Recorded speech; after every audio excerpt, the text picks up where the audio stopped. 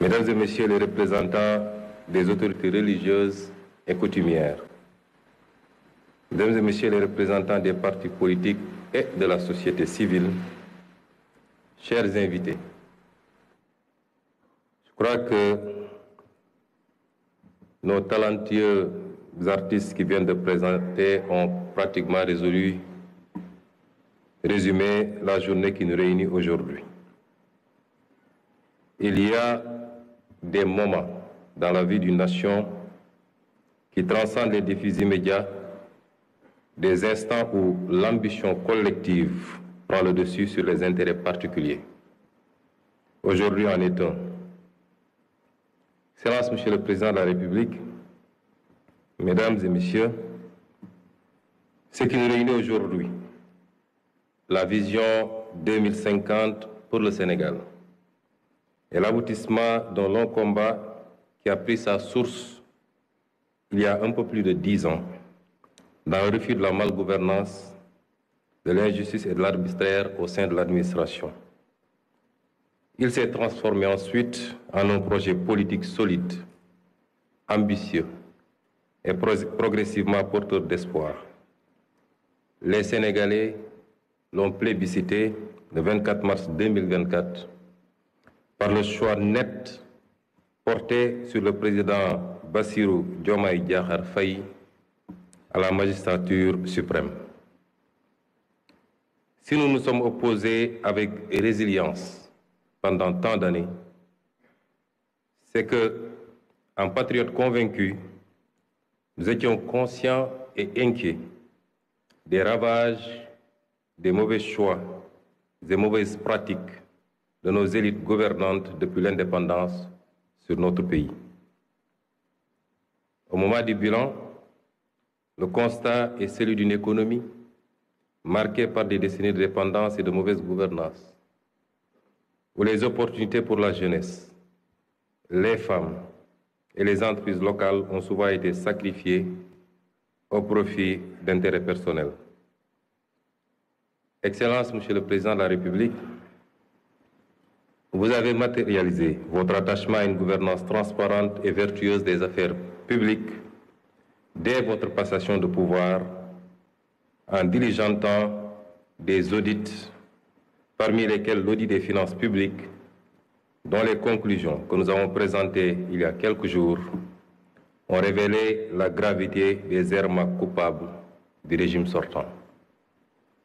Les fragilités structurelles de l'économie sénégalaise, une dépendance aux ressources extérieures et aux matières premières, un secteur privé trop limité, ainsi qu'une gouvernance administrative souvent inefficace, plombée par la corruption. Après ce courageux exercice de dressage de la situation de référence et de vérité à l'endroit du peuple sénégalais et des partenaires, nous revoilà devant vous pour présenter le nouveau référentiel de nos politiques publiques et sociales. Monsieur le Président de la République, rappelons que vous avez été élu sur la base d'une offre programmatique intitulée « Le projet pour un Sénégal souverain, juste et prospère ». Dès votre installation, vous avez bien voulu nous faire l'honneur de nous confier la passionnante mission d'opérationnalisation des idées innovantes que vous y défendez, pour une rupture qualitative et profonde. Il s'agissait pour vous de poser les fondations d'une transformation systémique par des solutions durables, non pas pensées dans le mode fast-track, mais qui reposent sur une vision à long terme, qui transcende les clivages politiques pour refonder le Sénégal sur des bases solides et durables. L'équipe de conception, composée d'experts de la primature et du ministère de l'économie, du plan et de la coopération, s'est immédiatement alors mise en place sous la direction du ministre de l'économie, du plan et de la coopération et du ministre secrétaire général du gouvernement, sous ma supervision. À cette équipe est venue s'ajouter l'expertise du cabinet Performance, qui, dans un élan patriotique, est venu offrir sa contribution à cette phase d'élaboration du référentiel. Ce groupe de travail s'est donné corps et âme sans répit durant ces 4 derniers mois, à organiser des retraites, des veilles même, pour aboutir aux résultats qui nous réunissent aujourd'hui. Les choix d'élaboration de ce document reflètent les options fortes de son Excellence, Monsieur le Président de la République, de faire confiance à l'expertise locale, d'une part, et d'impliquer davantage le secteur privé national dans toute définition et exécution des politiques et programmes publics. Le diagnostic stratégique qui a découlé de ce travail pour notre pays pourrait se résumer en 4 grands mots. Notre modèle ne crée pas de valeur, une croissance d'à peine 0,4% en moyenne du PIB, une gouvernance qui ne favorise pas l'éclosion, 10 entreprises pour 10 000 habitants au Sénégal contre 500 pour 10 000 au Maroc et 709 pour 10 000 à Singapour, une population active mais peu productive, 80% sont des ouvriers, commerçants ou artisans, le privé génère 2 fois moins d'emplois que le public. Un modèle social inéquitable. 4 Sénégalais sur 10 sont pauvres. Et à l'indice de développement humain, nous sommes classés 169e sur 192. Voilà sommairement dressé les mots dont souffre notre pays. Ce cercle vicieux de dépendance et de sous-développement nous a maintenus à la lisière des trajectoires vertueuses qu'il nous incombait d'emprunter ces dernières décennies. Nos experts y reviendront plus largement lors de leur présentation.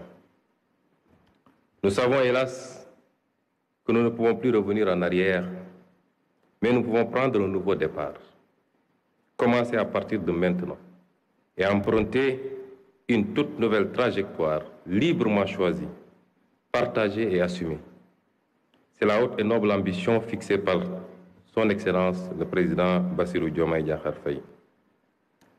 Pour y parvenir, nous ne ferons plus comme avant, courir d'une réforme à une autre, d'un projet à un autre, touchant à tout, laissant bien souvent par-ci, par-là un goût d'inachevé, et toujours dans la précipitation électoraliste et le diktat du prochain mandat. Nous avons pris le pari d'adopter un nouveau modèle de développement sur le long terme, reposant d'une part sur un État stratège qui favorisera grandement le développement de filières compétitives, de pôles territoires viables, avec des villes épicentres et un secteur privé national fort. Comment y parvenir? Notre approche repose sur une transformation systémique, incluant bien entendu une plus grande responsabilisation de nos concitoyens d'ici et de la diaspora.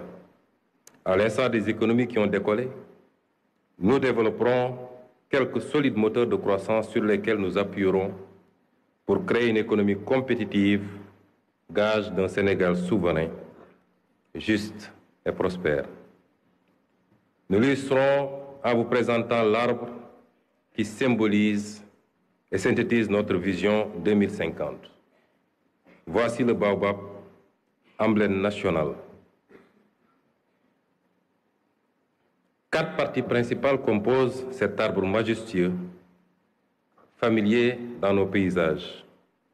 Des racines, un tronc, des branches et des fruits. Voilà, mesdames et messieurs, les 4 axes stratégiques de l'agenda national de transformation du Sénégal. Notre baobab repose sur de solides racines qui représentent la bonne gouvernance et l'engagement africain.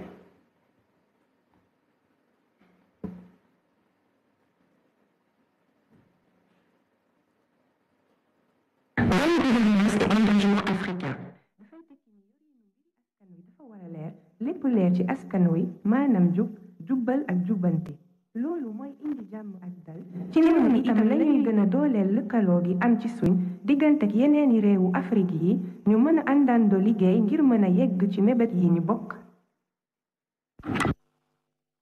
Et le solide tronc du baobab représente un aménagement optimal et un développement durable. Aménagement et développement durable mooy fexe ñu mën a séddale tabax yi ak service yi ci diwaan yépp su ko defee gox bu nekk mën a yokk ci anam wu dëppoo ak liñ bëbët dafay ànd ak tabax dëkk yu méngoo ak sunuy bëgg-bëggu ëllëg. ci jamono jooju faaw ñu aar xeewali jaww ji ngir ñu bañ a jeex boole ci defar dëkk yu mën a dëppoo ak bëgg-bëggu tey te bañ a sànk ëllëg. Mesdames et messieurs, les branches fournies représenteront notre capital humain de qualité et la garantie de l'équité sociale. Capital humain de qualité et équité sociale. maanaam gën a sukkali njàng ak tàggat ngir jox askan wi xam-xam bu am njariñ ba noppi ñu gën a yemale askan wi ku nekk mën a am paj ak kaaraange bu ko weesoo ñu fexe ba kenn bañ a des ginnaaw ci yokkuteg réew mi. Et les fruits enfin qui représentent notre option de bâtir une économie compétitive. Économie compétitive. li ñu jublu mooy Sénégal bu moom boppam jub te am naataange ànd ak koom-koom gu am taxawaay maanaam sos koom-koom gu mën a joante ak àddina si. loolu dina gën a dooleel barabi yokkute yi gën a yombal liggéey yi gën a yombal dundinu askan wi. su réew mi jàppale secteur privé bi mu am doole ba noppi fexe moom boppam ci wàllu koom-koom loolu dina tax alal ji am njariñ ci askan wi ci noonu lañuy gën a yombalee ay liggéey ak ay gis-gis yu bees ci dëkk bi. Chacun de ces axes qui vous sera détaillé tout à l'heure constitue un pilier sur lequel on pourra s'appuyer pour arriver à un Sénégal souverain, juste et prospère.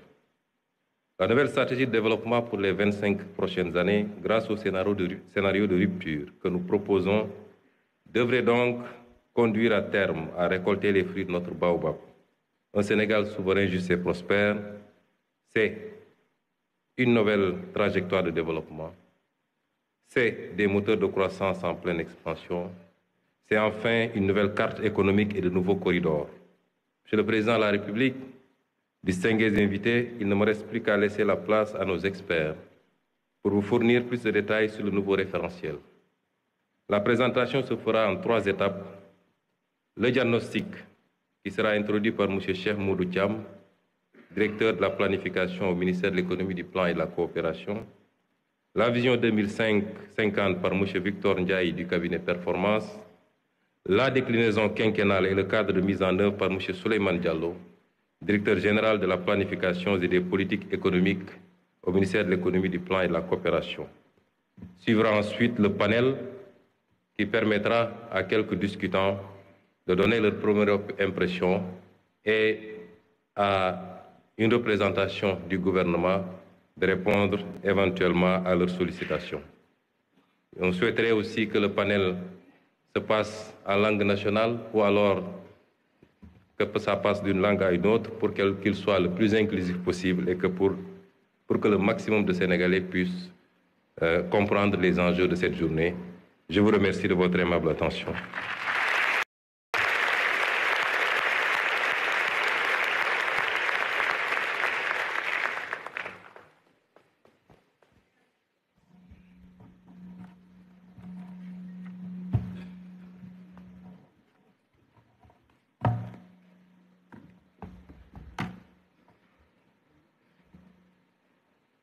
Merci beaucoup, Monsieur le Premier ministre, pour cette belle introduction aux présentations.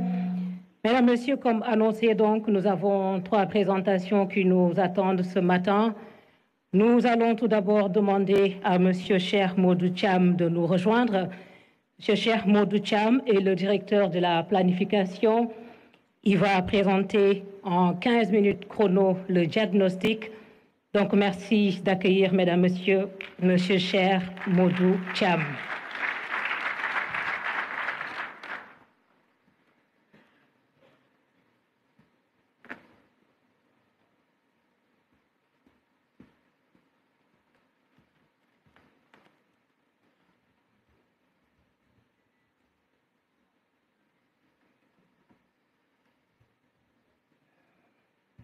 Merci beaucoup.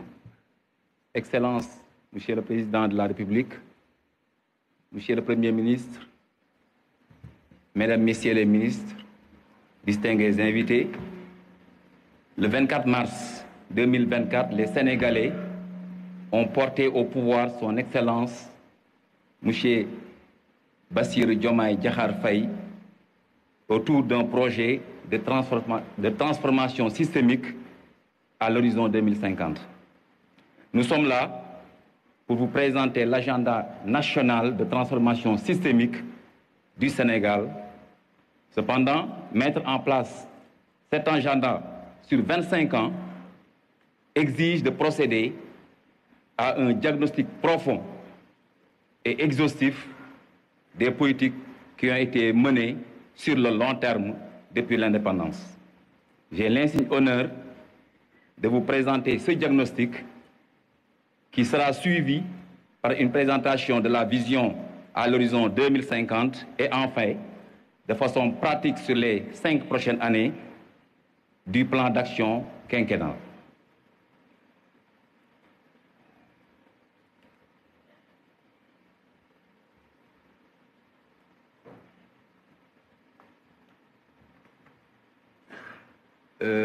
Monsieur le Premier ministre a pratiquement résumé ce qui a caractérisé depuis l'indépendance le Sénégal. Comme il l'a rappelé, avec une hausse du PIB par habitant de seulement 0,4% sur la période, avec une gouvernance qui a bridé le développement, et il l'a rappelé, avec une baisse, en atteste une baisse de l'indice de perception de l'administration publique de 11 points de pourcentage. Également, on l'a senti, depuis l'indépendance, on a eu 3 crises cycliques d'endettement. 3 crises cycliques d'endettement, c'est ce qui caractérise, ce qui constitue un cercle vicieux de l'endettement. Donc, il y a eu les ajustements structurels, l'initiative également PPTE, et dernièrement, nous en sommes à plus de 85% du PIB en termes d'endettement. Une population active également avec une faible productivité, pratiquement 1/3 des actifs sont occupés, et un modèle social qui est inéquitable. En atteste le rang du Sénégal, 169e sur 192, situant le Sénégal parmi les 25 pays à développement humain les plus faibles. Et également un manque de résilience avec un développement durable véritablement fragile. Donc c'est ce diapo véritablement caractérise le Sénégal avec un ensemble de fragilités et une dépendance économique structurelle.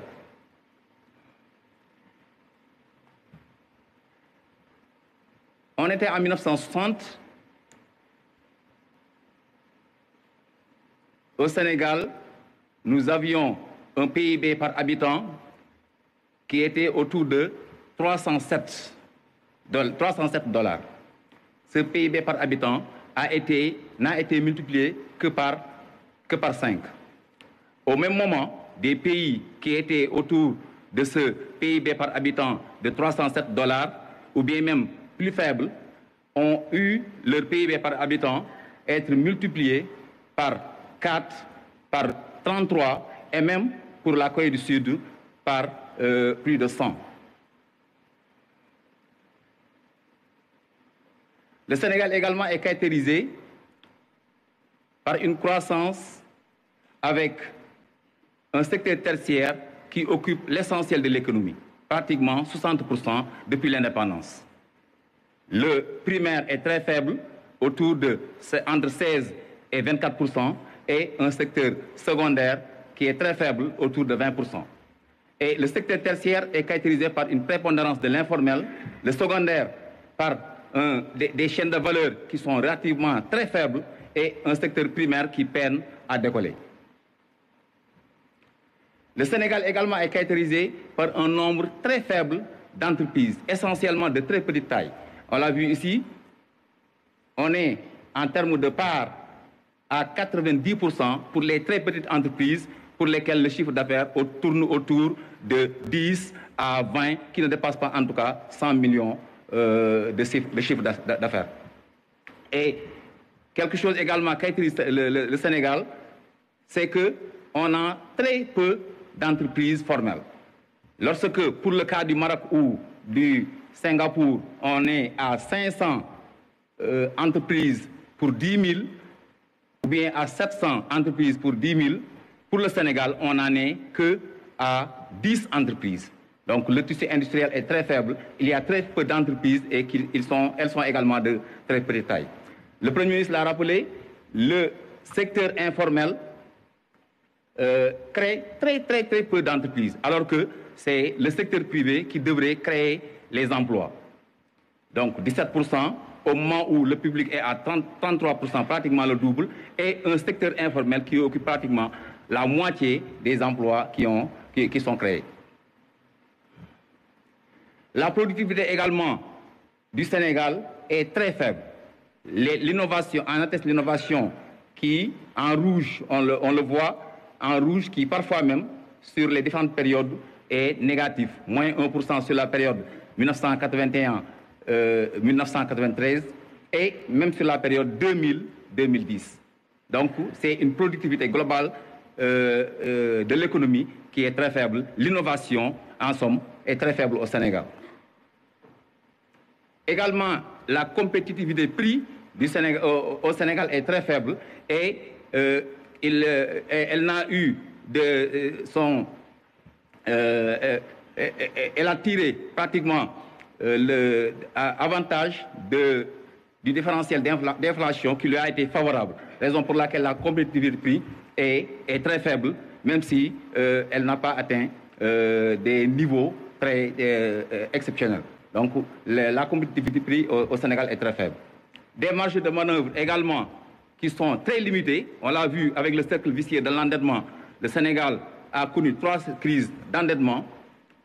En conséquence, le déficit budgétaire tourne actuellement autour de 10% au Sénégal et c'est quelque chose qui est relativement structurel. En atteste ce graphique où actuellement, quand bien même il y a eu le rebasing, nous en étions en 2019 autour de 51 après le rebasing, alors que sans le rebasing, nous en serions à 71%. Une dépendance vis-à-vis de l'extérieur, avec un déficit structurel de la balance commerciale qui a évolué de 15% en 2014 à 25% en 2023. Donc les exportations sont très faibles et également la demande intérieure et la demande interne est relativement limitée aux produits alimentaires, énergétiques et aux biens d'équipement. Un déficit structurel du compte également, du compte extérieur courant, 5% pratiquement. Ceci est dû à une épargne très faible, 20% du PIB, au moment où l'investissement mesuré par la formation brute de capital fixe tourne autour de 35%. Raison pour laquelle on en est à ces déficits structurels de la balance commerciale et du compte extérieur courant. Quand bien même, on a eu un apport substantiel de la diaspora autour de 10% du PIB. Les flux d'IDE également ont continuellement évolué à la hausse, passant de 2% à pratiquement 10% du PIB sur les 10 dernières années, qui tournent ces IDE autour des secteurs des mines, du pétrole et du gaz, pratiquement le tiers de ces investissements directs étrangers. Au Sénégal, il n'y a pratiquement pas de moteur de croissance. Pour créer de la richesse, pour aller vers le développement, il faut, sur le premier cadran à droite, en haut, il faut un ensemble de filières internationales à très forte valeur ajoutée. Alors qu'en réalité, on en est pratiquement autour de zéro. C'est pratiquement quasi inexistant. Donc, comme l'illustre le graphique, nous en sommes plus à de très petites filières domestiques, à quelques filières internationales qui tournent autour de 22%. Il n'y a pratiquement pas de moteur de croissance au Sénégal. Cette situation qui caractérise le Sénégal, même si on a quelques opportunités que le Sénégal pourra exploiter, notamment la dynamique de la population, une population très forte, avec une très forte croissance, une fécondité également très élevée, 4 enfants par femme contre une moyenne de 2,3 au niveau mondial. Une population également essentiellement jeune, 50% de la population a moins de 19 ans et 75% ont moins de 35 ans. Donc c'est une population extrêmement jeune. Une migration également importante, pratiquement on a un immigrant contre 3 immigrants sur la période, sur les 10 dernières années. Donc le Sénégal, c'est un pays plus de départ et de transit. Une urbanisation également, il y a une ruée depuis les indépendances des populations des zones rurales vers les zones urbaines, En atteste le taux d'urbanisation qui était autour de 33%, pratiquement le tiers, en 1976, contre actuellement 55% en 2023. Les projections révèlent que nous en serions en 2050 à 65%. Un capital humain très peu productif. Si on parle de capital humain, c'est l'éducation, c'est la santé, c'est également les mécanismes de protection sociale. À ce niveau, si on parle de la santé, relativement à la santé, il y a un déficit énorme en personnel de santé et en infrastructure. Il y a également une disparité très forte, pratiquement les 68% des spécialistes au Sénégal sont concentrés dans la région de Dakar. Donc des disparités très fortes et également une émergence des maladies non transmissibles comme le diabète, l'hypertension, etc. La deuxième chose, c'est l'éducation qui est également insuffisamment efficace avec un taux de déperdition très élevé. Le taux d'échappement au primaire est de 65%. Pour le moyen, il se situe à 42%. Et pour le secondaire, nous en sommes pratiquement à 30%. Donc, on sent une déperdition très forte qui n'augure rien de bon relativement au système éducatif. Donc également, la protection sociale, la dernière partie, pratiquement 10% de la population, moins de 10% de la population active bénéficie des mécanismes de protection sociale et 15% des personnes âgées bénéficient d'une pension. On l'a rappelé, le nombre d'actifs.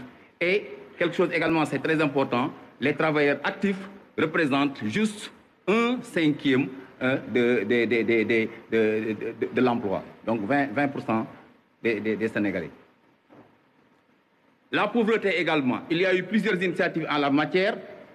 Cependant, nous en sommes actuellement à pratiquement 4 Sénégalais sur 10 qui sont pauvres. 4 Sénégalais sur 10 sont pauvres. Donc avec également au niveau interne plusieurs disparités. On l'a rappelé tout de suite, la position du Sénégal par rapport à l'indice de développement humain qui a 3 composantes, tout ce qui est revenu, tout ce qui est éducation, tout ce qui est santé. On l'a rappelé tout de suite, la croissance du Sénégal qui est très faible, le PIB par tête, l'éducation tout à l'heure et également la santé, révélateur de l'indice de développement humain qui est très faible. La pauvreté également monétaire, 37% au niveau national, 37% au niveau national, et dans le monde rural, nous en sommes à plus de 50%, précisément 53%. Avec cette pauvreté et cette faiblesse de l'IDH, nous en sommes en plus de cela à des inégalités criardes. En atteste l'indice de Gini qui permet de mesurer les inégalités de revenus au niveau national. Nous en sommes nous occupons la 92e position sur 169 pays. Et l'indice également d'inégalité de genre entre hommes et femmes, nous en sommes à 129, à la position 129 sur 166. Véritablement, nous sommes pratiquement derrière. Si on regarde à droite la carte, Dakar, pratiquement avec 0,3% de la superficie nationale, occupe presque la moitié de la richesse nationale, précisément 46% de la richesse nationale. Au moment où à droite, les 3 régions qui sont à droite, Tamba, Matam et Kédougou, c'est pratiquement 10%. Si on regarde également, c'est toujours